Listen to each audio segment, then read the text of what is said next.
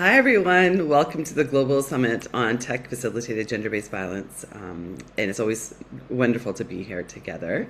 My name is Manpreet Dillon. I'm the Director of Operations at Chen. We're a global not-for-profit that creates resources on the web to address gender-based violence. I'm really excited to be here with the panelists here today and just to have this conversation in greater depth to kind of support all of you as well. Before we begin, I'll start off with some general housekeeping. The contents of this session may raise issues for you. They may be heavy. They may raise some feelings within yourself. Please take care of yourself and prioritize your own well-being. If you'd like to reach out for support, you'll find a link in the chat to the No More Global Directory, a global directory of specialist domestic abuse and sexual violence services. We do hope you enjoyed today's session. We are going to be talking about AI-powered nudification tools and how they're used to create sexualized and intimate images without consent. We are aiming to demystify how these technologies work, how accessible they have become, and why it's so difficult to regulate them. And I'm joined today by three amazing speakers who I'm really excited to learn more from as well. And actually just hear from their different perspectives because they're bringing in the US, the UK, India perspective, and just the general global perspective. To start off with, we have, and I'm going to ask each of them to introduce themselves. We'll start with Lois. If you could introduce yourself, that'd be amazing.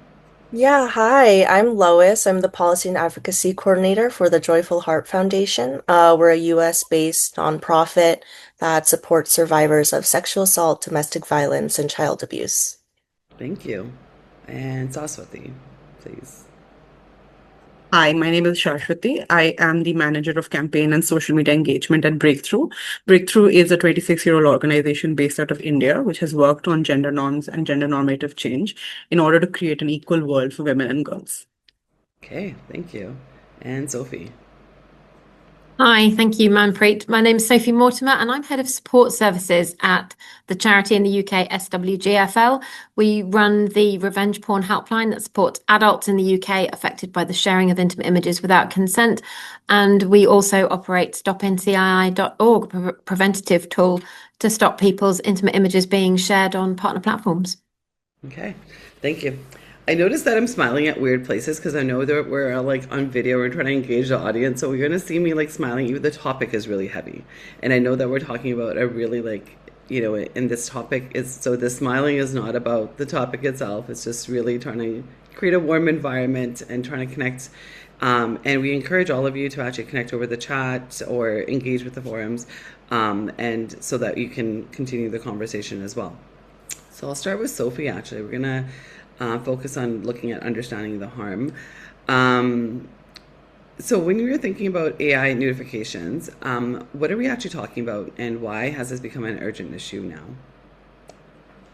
When we talk about nudification tools, we're talking about the use of online tools that are powered by artificial intelligence that have the ability to create fake but highly convincing nude or sexual images of someone.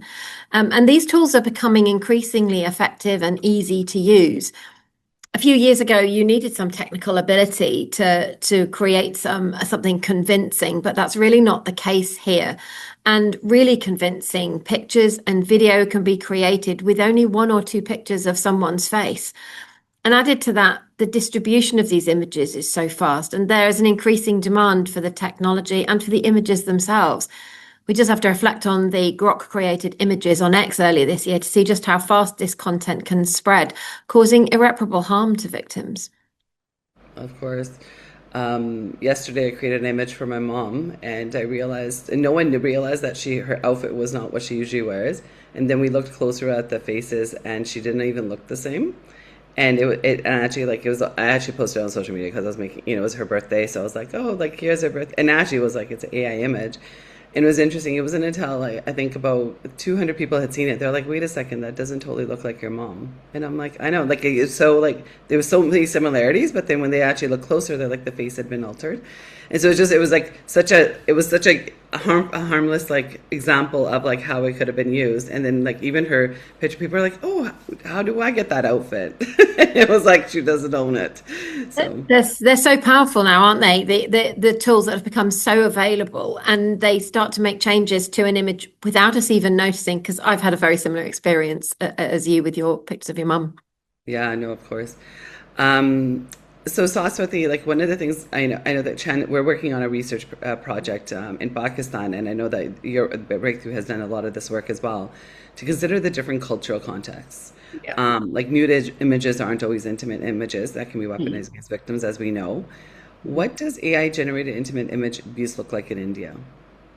Well, I think you've brought up the most important point, which is that nudity is actually the least of how intimacy is actually seen in AI generated images. So, like one of the things that I think in this specific problem of AI nudification or the sharing of intimate images is the cultural context in this case, which is a definition of what intimate means in like the South Asian sort of like the subcontinent setup. So, for example, in I mean, even a year back, I was in a similar conversation, and at that point, the AI created image thing hadn't yet caught on. In because TFGPV has been around in India. In fact, Breakthrough released a report in which we found that even those who don't have access to tech spaces, in which India there's quite a lot of people because of internet penetration, even those people are affected by TFGPV because of the nature of the violence.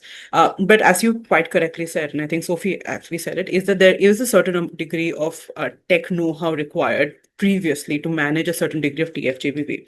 With AI, that barrier is removed, but it is moving at such a rapid pace, keeping abreast with social norms that fixing it has become something of a problem. So, to give an example of what it could look like in cultural context, like a couple of, I think 1.5 years ago, there was a case that I had heard of when I was speaking to another organization where there was in a local community level, there was a picture that was doing the rounds, and the picture was of a group of women from the locality sitting, and they were not nude, they were not unclothed, nothing of the kind, but it was showing them next to a table with a set of say beer bottles on it, and that's a huge community level problem.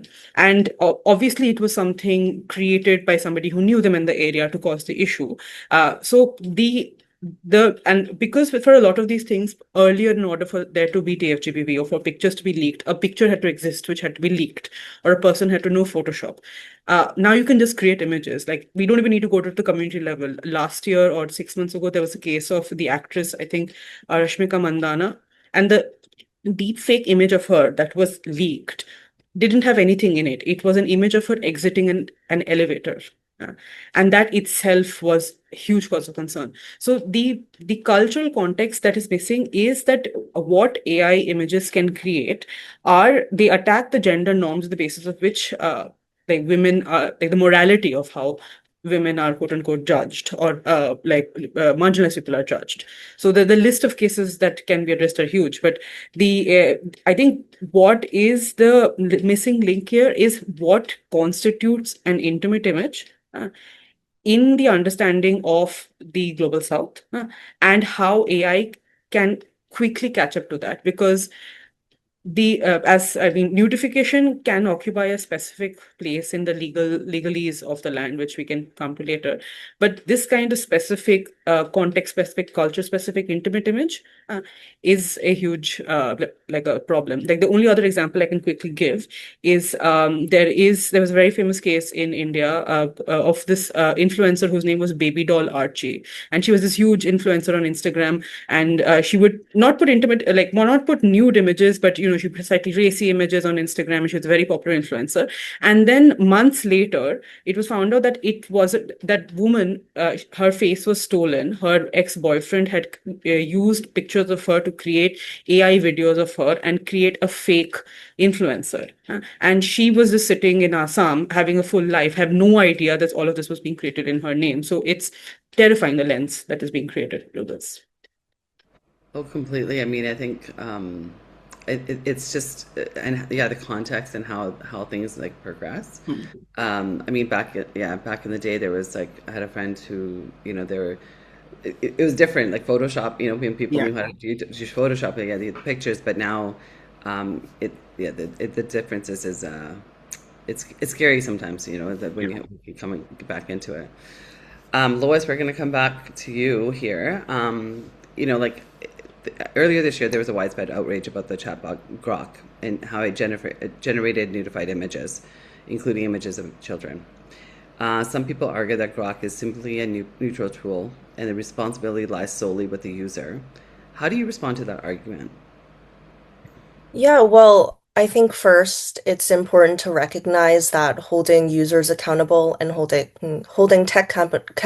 companies accountable, these aren't mutually exclusive things. People who weaponize AI to harm others shouldn't be absolved from consequences. But on the other side of that, we have to look at the infrastructure itself. AI chatbots are not neutral tools. I think they're commercial products. They're intentionally trained by corporations on data that these companies curate, and they're designed to behave in specific ways. So I don't responsibility can't lie solely with the user. These companies build the engine that made generating and distributing this abuse easy and possible, but like the other panelists mentioned, instantaneous and scalable beyond reach. So the ability to very simply and easily prompt a tool like Grok to create non-consensual intimate imagery, that should have just not been, that should have never been an available feature in the first place. And so this isn't a case of user simply misusing a neutral tool. The widespread abuse that we've seen and we continue to see is a result of corporate choices, either by deliberate design or a neglect for safety. And so when safety has been treated as an afterthought and companies build a product capable of causing and is routinely generating life-altering harm, it stops being a conversation of just user liability. And we're starting to see courts and governments across the world starting to agree. Yeah, I completely. It's always but I think it's. I mean, you mentioned it. Like it's like it is. There's a user's responsibility of like how are you using the tool? What are you thinking about it? And how are you actually like engaging with it? But then also the technology, how the technology is being presented, and as well in that and who the corporations that are behind it as well, right? And I mean, I think with that, Sophie, from your experience working with the helpline. Are there particular groups who are disproportionately targeted by AI generated intimate images abuse as well? Interestingly, we're still not seeing huge numbers of cases coming to the helpline about content that's been created with using synthetic AI generation of synthetic images, but the numbers are rising. And I think that's because the images are largely being created for reasons other than causing direct harm to the person depicted. It's being done for self-gratification, for sharing with peers, to achieve status, or simply for the fun of doing it, which means that victims don't always find out about it. And if they don't know, then they can't report it. But we know that it's happening because we can see that content when we're searching and reporting for content for other people. But in those cases that we have had where images have been created and shared to cause harm, the motivations are fairly similar to those for the sharing of genuine images. And that has, interestingly, exactly as Saswati was saying before, it certainly has included women from particular cultural backgrounds, either with images created where dress might not be what is culturally appropriate for them, or in places that they should be, or with items around them, or in the company of somebody that they shouldn't be with. And we know that that can cause absolutely devastating harm for someone, and that is clearly the intention. No, yeah, thank you for that. I mean, it's like, yeah, people don't know what's happening, and obviously, how do they understand the harm that's happening to their reputation and their own well-being in some other capacity, right? Saswati, like, what does this kind of impact on someone's life look like when an image of an AI generated is yeah, image that's AI generated is presented, and are the harms and social consequences very real as well? And how are they real? So I think the easiest way to put it is that the harm that for AI generated gender gender-based abuse that kind of content, I think the easiest way to put it is that it's the harm of gender-based violence. It's the same kind of harm that comes from sorry for the word, but the regular TFGBV, but now it's AFGBV. It is so. For example, I mean, I completely agree with Sophie. In India, we have an organization called Rati Foundation, which also runs a helpline, and they have a report of their own. And they, as Sophie said, they also recently released a report which has found that the numbers are steadily rising. In their recent report, they found that 1 in 10 cases of abuse that has been reported is now digitally manipulated material. So even the harm that is caused is if we have to list it in such a way that if there's an AI generated image which is being created for a specific reason, either with intention, malintention of specifically harming somebody, or without realizing the sort of gender-based abuse it might generate, which is also sort of happening, or for the fun of it, the violence is multi-layered. It can be from direct violence, which is that the facing the image itself, and it is a kind of violence. That kind of violence is almost unthinkable, because it's one thing to have an image of yours leaked, because that's a violation of privacy, that's a violation of seeing yourself here. It's quite another thing to have a completely made up image of yours leaked, because it's out there in the world, it's not real. It's how are you going to tell anybody at any level? Like, if consider me, for example, and I am an urban upper caste woman in India, and I have access to most privileges that Indian women have access to. But if there's a fake image of me out there with somebody, the explaining deep fakes to my parents, to society around me, is increasingly becoming really difficult. So one of them is the direct violence of it. The secondary of it is what the direct violence will do to most women. It will ensure that they can't go back on the internet. It will push them back into their homes. It will ensure that they lose contact to the very services which gives them knowledge, which gives them opportunities. In many cases, that is what the AI generated image is meant to do, what any kind of TFG is meant to do. It's meant to shut the speakers back into the space that they're not occupying. So like, even if you don't need to go into AIGBV, in Breakthrough's recent report on TFGBV, many of the women that we reported on, for example, journalists, saw that even if they didn't have access to the spaces, somebody would take their number down from the internet and then put it on bathroom walls and say, this is a call girl, can call her. So for AIFGBV, it creates the additional problem of that not that you haven't been careful, all of that, is that despite whatever care or whatever you've taken as a woman, you've gone to the public space, somebody has seen you, and therefore they has created a fake image out of you. There was a case that I was reading a couple of days ago where it didn't even involve the internet in any way. There was a woman who had filled up a form for a government service, which in itself is a huge thing, because rarely it's very difficult often for women in peri-urban or rural areas to go about by themselves and apply for government services. It's one of the big things that women need to do. But she had put a picture on the form and she submitted it, and someone had taken a picture of that picture and used that to create an AI generated piece of content which she didn't even know about. So the levels of damage is it's social on many levels. In fact, in many cases, it is not even necessary for anybody to know about thing. The social disapproval, or the understanding, exactly the understanding of intimacy that it can cause, the great violation it can cause, means that women will withdraw their bodies from these kind of spaces. Yeah, like I've been coaching women in this kind of recovery from cyberbullying kind of spaces up since like 2009, and it's been really interesting to watch the shifting, like the feelings of like lack of control. Even like the freeze response. Like, we talk so much about the nervous system and how that, like, you get stuck in this like freeze response, and you're like, where do I go? What do I do? And not being able to report from like that, or totally being in flight, where you're just like, kind of, some of them actually tried to abandon their entire lives because they're like, this is the only way I'll feel safe again. So it's it takes a toll at so many different levels of like mind, body, and soul as well. And we talked a lot about the harms here. So we'll talk about what we can do and how to further support survivors and prevent this abuse from spreading further.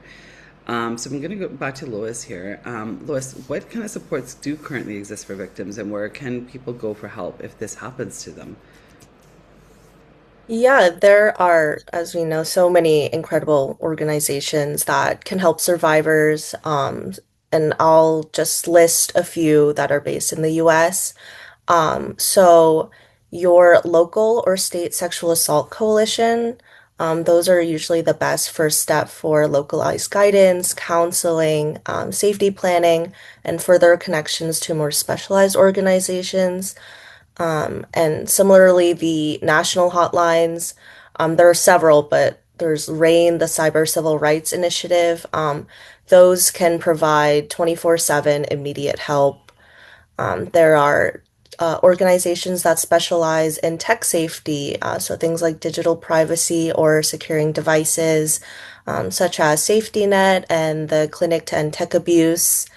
In terms of image removal, for minors, there's the National Center for Missing and Exploited Children, and the National Center for Victims of Internet Crime is an incredible resource for adult survivors navigating removal. There's also organizations to support legal action, like Equitas and CA Goldberg. And at the Joyful Heart Foundation, while we don't provide these direct services ourselves, we are very well connected to organizations across the country and can support and connect survivors to the right networks. And Sophie and Saraswati, any other resources you'd like to add, just so that, we have people from all over the world here, so I just want to Absolutely. For anyone in the UK, there is the Revenge Porn Helpline. We support, as I said before, anyone who's affected by the sharing of intimate images without consent, and that includes synthetic images as well as authentic ones.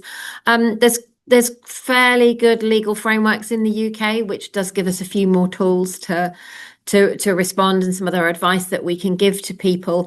I'd also encourage people to visit stopncii.org if they have access to the images. That can really, a tool that can really help slow down that proliferation of content. And there are sort of regulatory moves in the UK that are compelling more platforms to take that technology. So it's going to be really, really effective moving forward for this sort of content. We also list on the website, we have an alliance of, it's actually about 130 NGOs globally now who are working in this space, and they are all listed on the stopncii.org website. So you'll be able to find some support and advice. I'd like to say every country in the world, but we're not quite there yet, but quite a few. So there are some fantastic organizations there doing amazing work in their own communities. So I would really encourage anyone to go there and to go to the website and look for some help there. Yeah, awesome. So that's with you? I think there's not quite that many in India, but I think we do recommend stopncii.org, as Sophie said.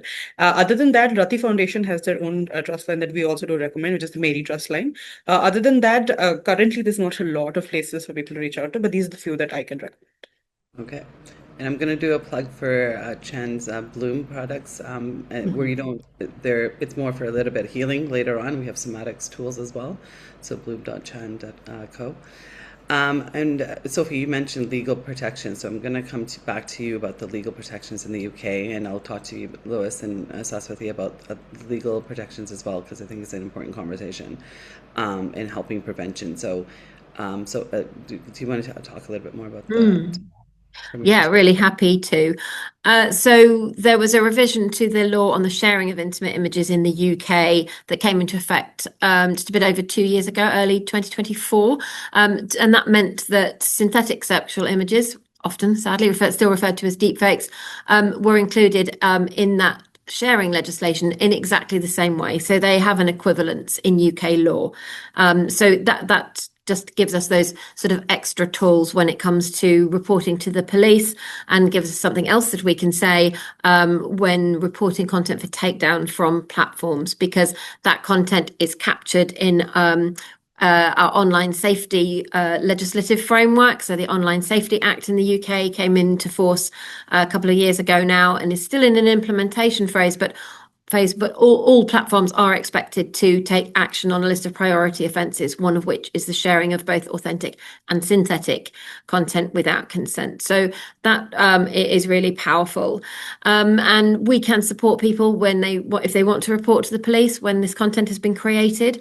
So really happy to do that and building good relationships with the police, and the police are doing quite a lot of work about improving their own responses, because we know globally this is an area that it has been really challenging for victims and survivors.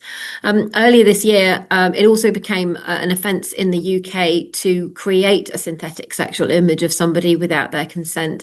Interestingly, it had been sort of on the books since last summer, but it was only after the furore around the grok created and shared images that it was actually brought into force. So it came in February. So I think it's quite early to say how that's going, and I can absolutely see that there are going to be challenges. It's a whole new way for criminal justice systems to operate, I think, to manage this sort of online offending. But we're watching very closely, and it's encouraging to see some of the work that's happening with policing, but it has to go all the way through, doesn't it? You know, legal protections are really a powerful, really important first step. But we need that cultural change to say that this is not an acceptable behaviour. We need policing to act on reports in a way that is supportive and effective. We need prosecutions to go all the way through. And that might get us or help us get to the cultural change that we really need, so that people like me can, be redundant, that I won't be needed anymore and my service won't be needed. But sadly, we're a long way from that at the moment. Yeah, of course. I know the policing thing is interesting. I had a conversation with one of the policing organizations, and they were like, they're like, all this stuff is coming in, but we're not able to train our officers fast enough. And then even when they're writing the reports or taking statements, they're not. They're like, we're told not if it's not going to hold up in court, you have to find a different way to bring these cases forward. And they're like, right now we can't bring these. It's not holding up in court in the ways that actually supports the victims or the systems.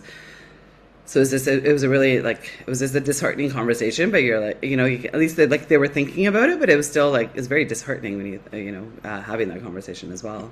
Completely agree. And it's a whole that cultural change, that mindset change that's needed. It's not just this is the law and this is the training and this is what you have to do.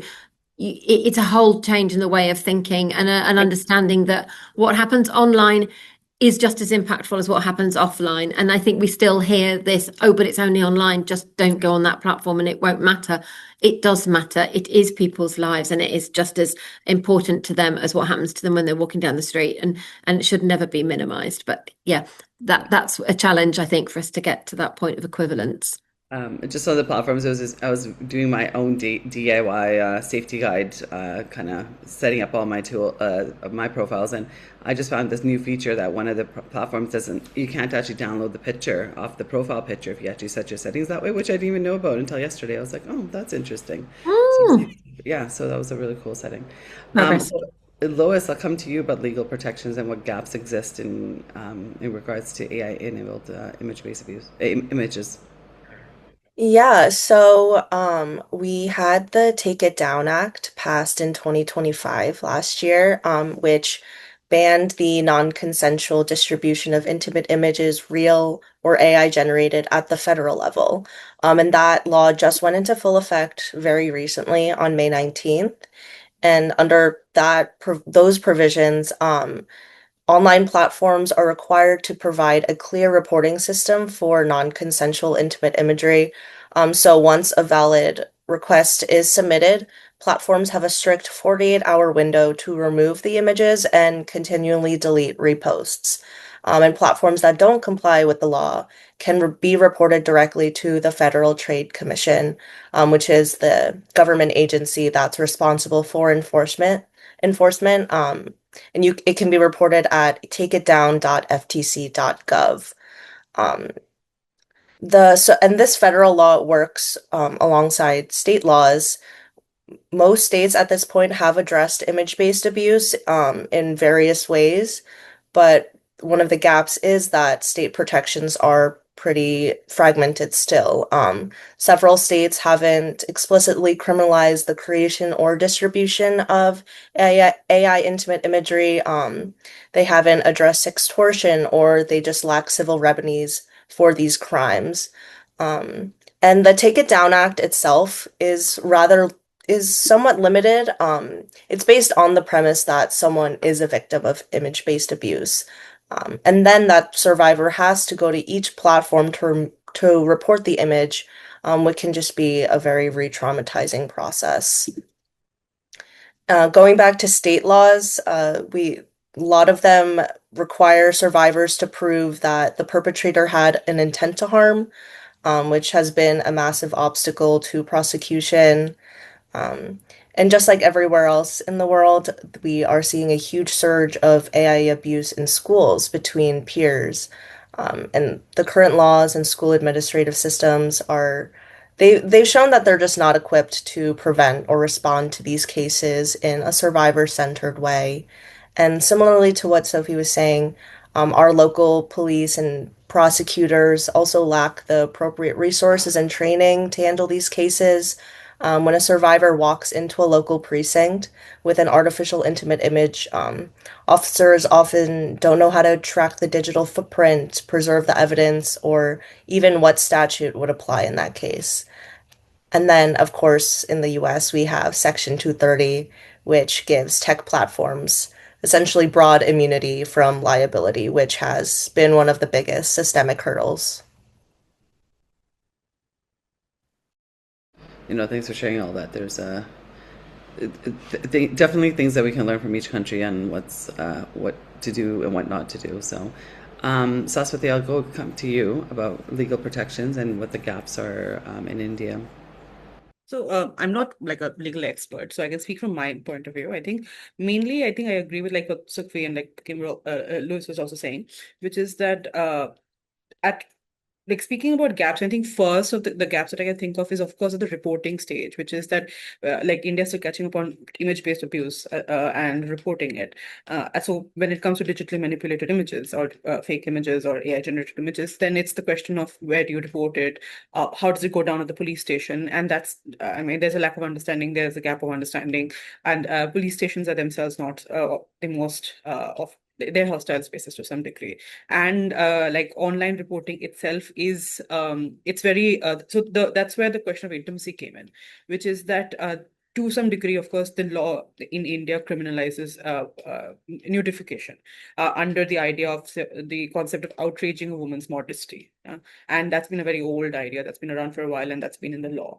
But as I said, that can be reported, though there is, I mean, gaps in how whether the system en- uh, will promotes re-victimization of the survivors in the process of reporting it, and that's been like a constant problem.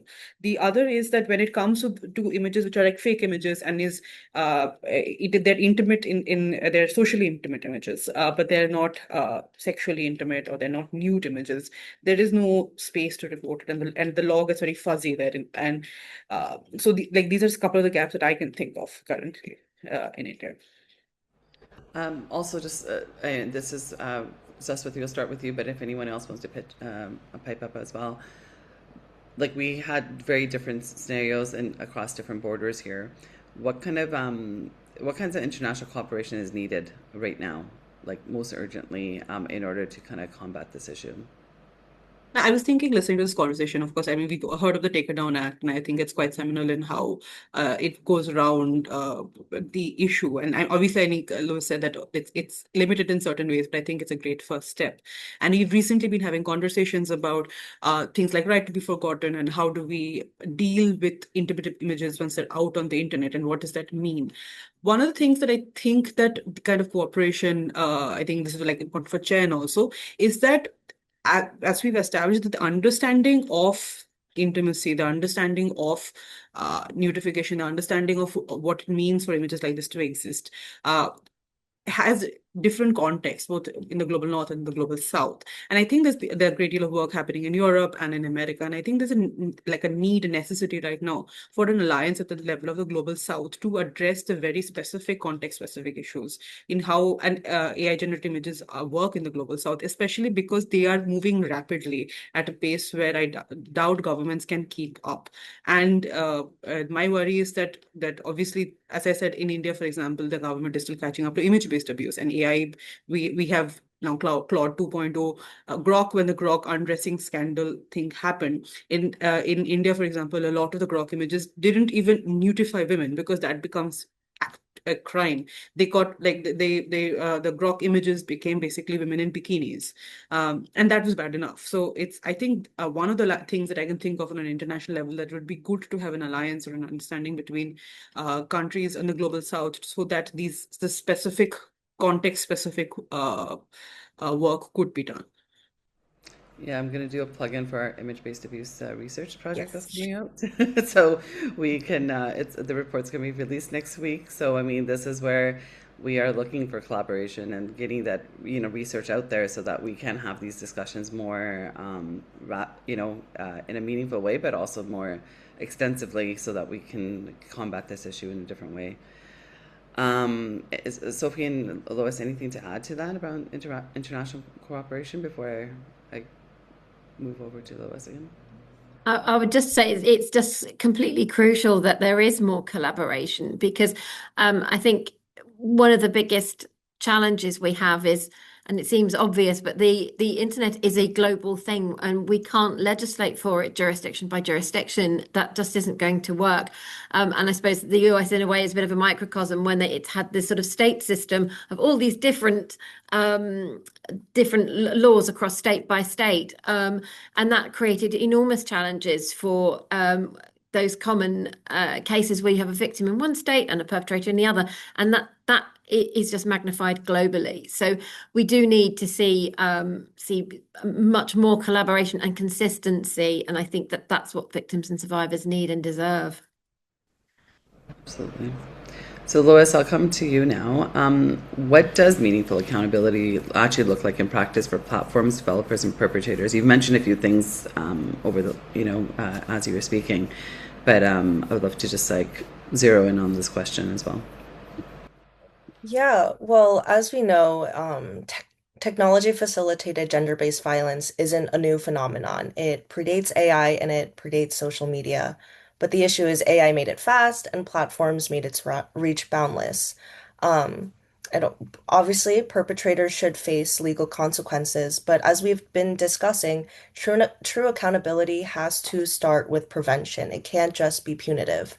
And so we need this societal change of combating gender-based violence as a whole. And especially when it comes to, AI generated intimate images, what we've been seeing in the US, especially among our youth, is that people don't even realize why this is bad or how it harms others or that it's even a crime. And just to combat gender-based violence and sexual violence against women, we need to be investing in comprehensive sex education, AI literacy, healthy relationships, and consent training, just teaching accountability before harm is ever committed. Um, but to talk on developers and platforms, I think goes back to the first question we talked about earlier, about how AI chatbots are not neutral tools, and perpetrators don't operate in a vacuum. They weaponize tools and spaces that are created by the tech industry. And so accountability means that these developers and platforms need to practice safety by design. Mandatory safety guardrails implemented, absolute compliance with the Take It Down Act. Just they need to be held responsible for the environments that they curate and also that they profit from. So from the US perspective, the Take It Down Act was does represent great progress, but it's just a starting point. We need to see these preventative measures being implemented and enforced. And going back to Section 230, which gives blanket immunity for tech companies, we need to see reforms to that. Completely. My background's in equity, diversity, inclusion. So for years, I've been looking at design, inclusive design, and now trauma informed design through Chen's lens, and how important it is to bring in the technical teams to understand what these principles look like and how they apply them on a regular basis. I think is so crucial. And a lot of the times, the developers, I mean, they're not evil people, but they're just we don't know, and we didn't know what we need to consider when we're doing this. So it's going back to basic principles of design as well, as you said. So, I mean, we talked about a lot of issues, a lot of heaviness, and a lot of scariness as well. But wanted to come back to hope. What is giving you hope right now? Where are you seeing progress, momentum, and meaningful change? So we'll go one by one. Whoever wants to go first, and then we'll go to the next person. I'm happy to go first. I think there is hope. Clearly, there's a lot of activity in the UK, and there has been over recent years, and we kind of have to sort of seize that momentum and hang on to it while it lasts. So some of the recent changes that we've had moves to mandate hash matching for non-consensual images of adults, and similarly to the US to implement a 48-hour takedown. What our Prime Minister referred to as one and done, which is what it should be. A victim who has to report content should only have to do that once, not go platform to platform continually searching. So that we're hoping that having those requirements from industry to work with us at Stop NCII to make that happen. I think that's incredibly powerful, and I'm really excited as to how that's going to play out over the coming months. But also there's a piece of work happening around assessing what we do about non-compliant sites. Those of us who are working in this space, we know there are lots of platforms who just simply don't comply. They're not in countries that will prioritize that sort of enforcement, and they're not interested in complying with organizations like ours. But our government is looking at how that can be addressed and how we can give protections to victims and survivors by looking at other parts of the ecosystem beyond the platform, domain name registrars, hosts, ISPs. There are other levers because there are other parts of this industry taking money from the proliferation of this content. And I think it's time that there was some accountability there as well. So that gives me hope. Also, some of the international efforts, such as the UN Cybercrime Convention, which is requiring every member state to have legislation around this issue, which I think is really important and certainly will help us, I hope, move towards a bit more consistency across jurisdictions.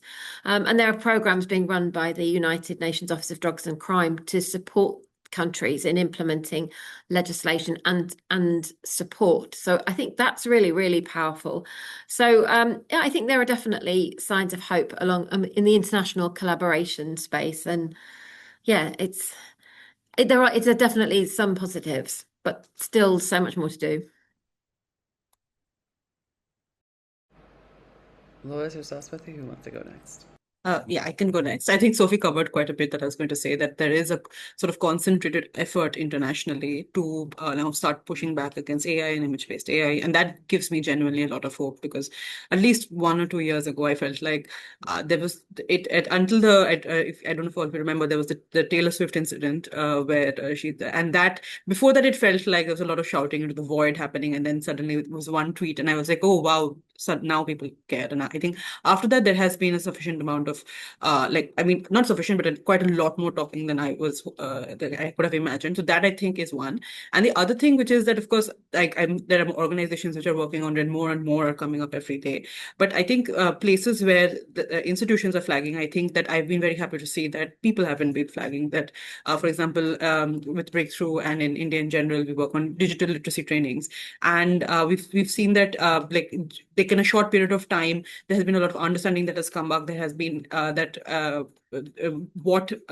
there is within young people themselves an understanding of what AI is, what kind of understanding AI-based image abuse, giving themselves the literacy to question the images that they see, and I've been seeing more and more people across many ages to start to question the validity of images with.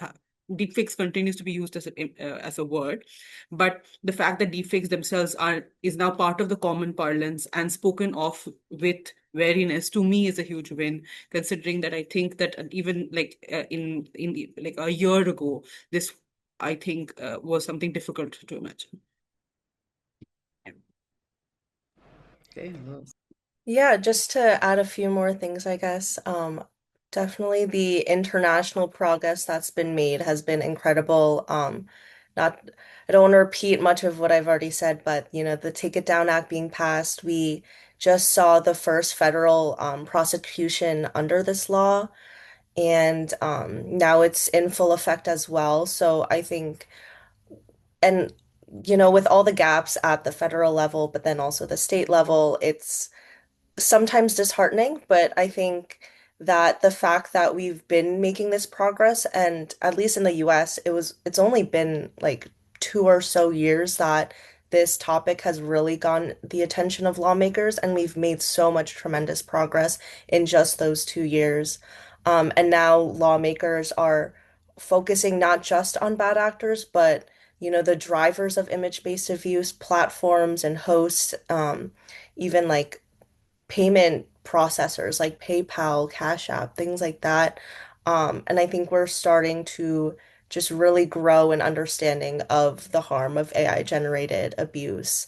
And beyond all this, I'm just very grateful for the global dialogues that have been happening, just like the lovely panel here, being part of this amazing community of people working to support survivors has been really so inspiring.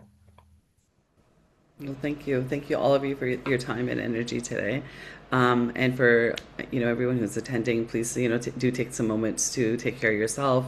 It's always good to journal and just to kind of like, if you have thoughts or whatever you're feeling, and just to take a couple deep breaths. Chen does have an image-based abuse course. If you wanted to just kind of go deeper into content from a survivor perspective, or need some additional supports, please, access those supports, the No More directory, and all of the other amazing resources that we mentioned here. I know that there's so many amazing resources that for yourselves and for those impacted by this as well. So thank you, everyone.